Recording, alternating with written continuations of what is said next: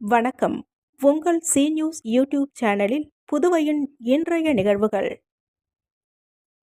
உசுடு சட்டமன்ற தொகுதி முன்னாள் சட்டமன்ற உறுப்பினர் தீப்பாய்ந்தான் பிறந்த நாளை முன்னிட்டு உசுடு தொகுதியின் பல்வேறு இடங்களில் நலத்திட்ட உதவிகள் வழங்கப்பட்டது.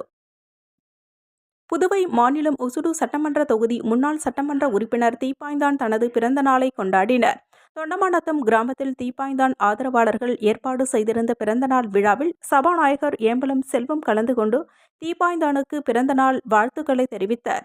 அங்கு பொதுமக்களுக்கு புடவைகள் மற்றும் அன்னதானங்கள் வழங்கப்பட்டது. இதில் மகேஷ் ரெட்டி உள்ளிட்ட பலர் கலந்து கொண்டனர். முன்னதாக காலை கற்பக விநாயகர் கோவிலில் தீப்பாய்ந்தான் பிறந்த நாளையொட்டி சிறப்பு அபிஷேகம் நடைபெற்றது.